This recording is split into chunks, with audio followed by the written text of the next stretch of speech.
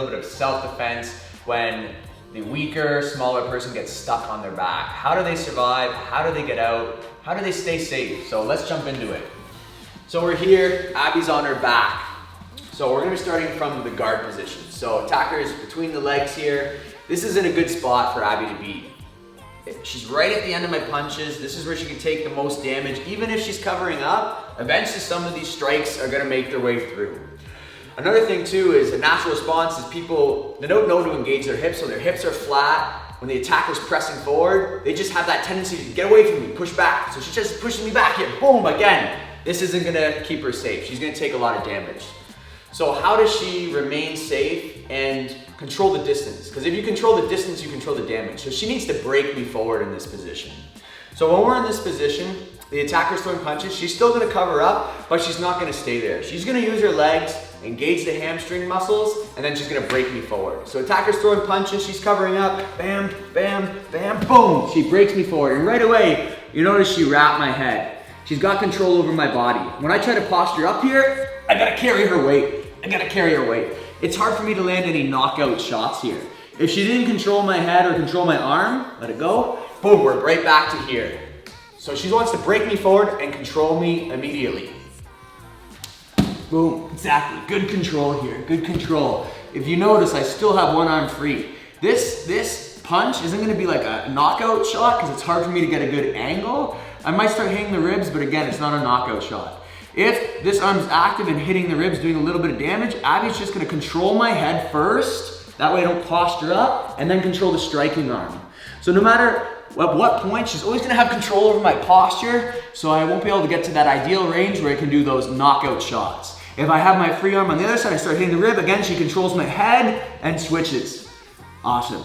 So another thing that can happen here is the attacker eventually wants to get their posture back and they start to swim in. So the arm swims on the inside, and Abby's job is to fight back for that inside position. So as I'm pushing up to posture, she swims back in. That way if I'm trying to strike, she has the inside control. If I have the inside control, this is gonna be doing a lot of damage here. So she's gonna be first and remain on that inside control position and track my arm here.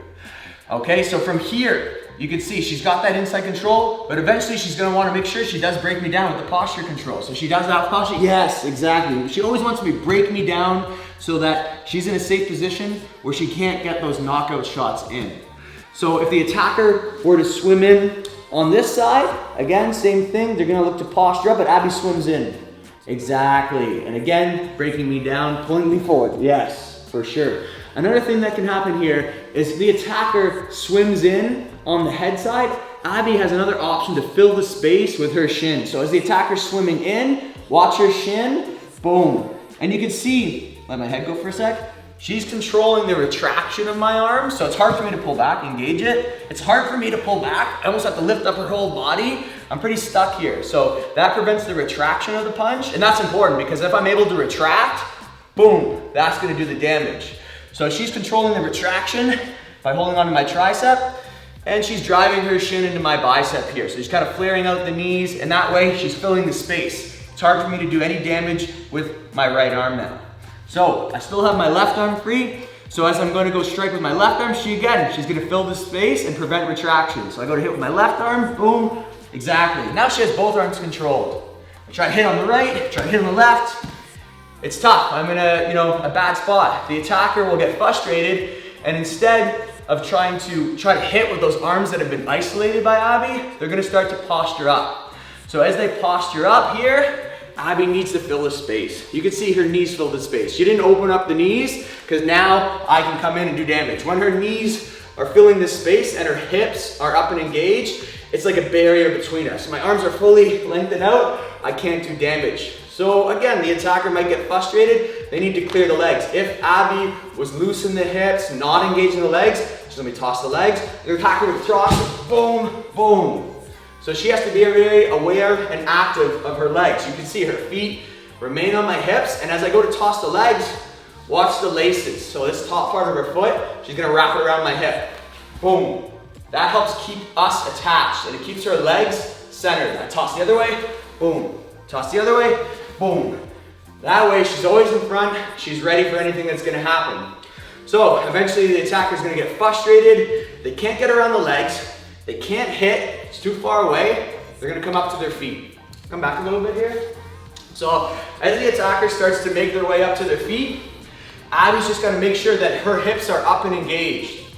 Here, if her hips remain low on the ground, again, she can take damage here. As her hips remain up and engaged, another thing she has to be aware of is getting stacked. So stacking occurs when her hips are elevated above her head. Now, once again, damage can happen, not good for her spine, not good for her neck. So as the attacker presses forward, she's got to shoulder walk back. She maintains that safe distance. Let's come back a little bit. Perfect. So again, we're in this position. Abby's remaining safe, feet on the hips. Another thing the attacker can do is try to clear the legs. So if Abby doesn't correct her own legs and the attacker clears them, don't move. Again, we've just bypassed her main defense. Boom, boom, boom. This is where damage can happen. She can get hurt. So her goal is to always get her feet back in between herself and the attacker. She wants her feet up on my hips. Boom. So when they toss the legs, Abby's gonna do what's a very fundamental movement in Jiu-Jitsu, the shrimp. So let's pause once I toss the legs. So I toss the legs, boom. From here, if the attacker steps forward, she can use the shin as a surface to push back on. And watch her hips. Boom. Her hips jump back. That gives her the space and the ability to drive her leg up, and she's correcting, come back one step. So here, even having this here, it's a little bit more of a barrier for me. If I go to hit, she extends the leg. Boom. It's a little bit more distance between us. But now she wants to get the second leg in because it's double the reinforcement. So watch that bottom leg as it starts to go under and then replaces the foot and come back again. Let's just show that all together. So attacker's gonna toss the legs and she's gonna start to shrimp, adjusting her body. Boom. She can push off the shin, foot on top, and then she rotates and replaces the foot back to her safe position. Another option Abby has is to completely reverse the position, and that's called a sweep in Brazilian Jiu-Jitsu. So right now the attacker's on top. How do we reverse the position? How are we gonna put them on their back? Once you get them on their back, you can either continue your attack, or if you need to get away and get to a safe distance, maybe call the police, call for help. That's also another really good option. So let's look at how to perform the sweep. This is called the tripod sweep. So sometimes when the attacker's coming forward, you see that they present a leg. When they present a leg, you're immediately gonna come down to that control position. She immediately starts to control my foot. Now it's actually hard for the attacker to kind of like pull back and away. She's got a good control over my foot. That same side. So she's controlling with her left arm, her left foot remains on my hip, and now she's gonna make one small adjustment. Her right foot is gonna come right behind my knee. Exactly. So she has these three elements of control. She's got my ankle, she's got pressure on my hip, and pressure behind my knee. The hand side is gonna pull out. Foot side up here is gonna kick my hip, and then the one behind my knee is also gonna pull. So she's gonna use those three forces together to perform the tripod sweep. Ready? 3, 2, 1.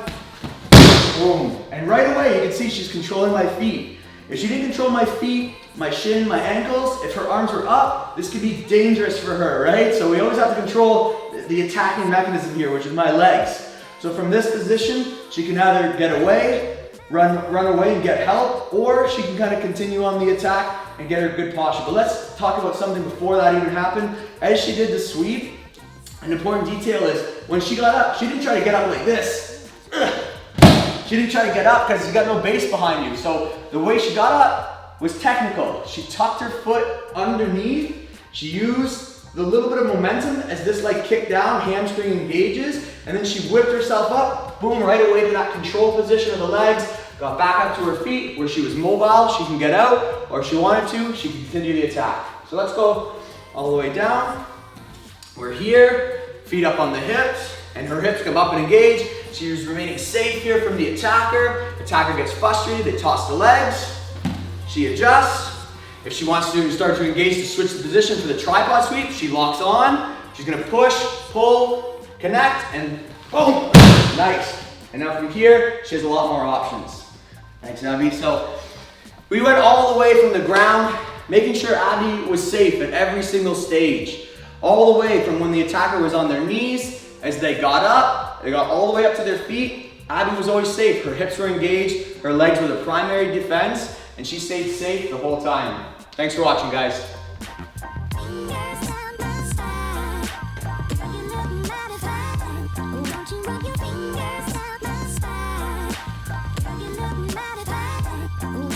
Your fingers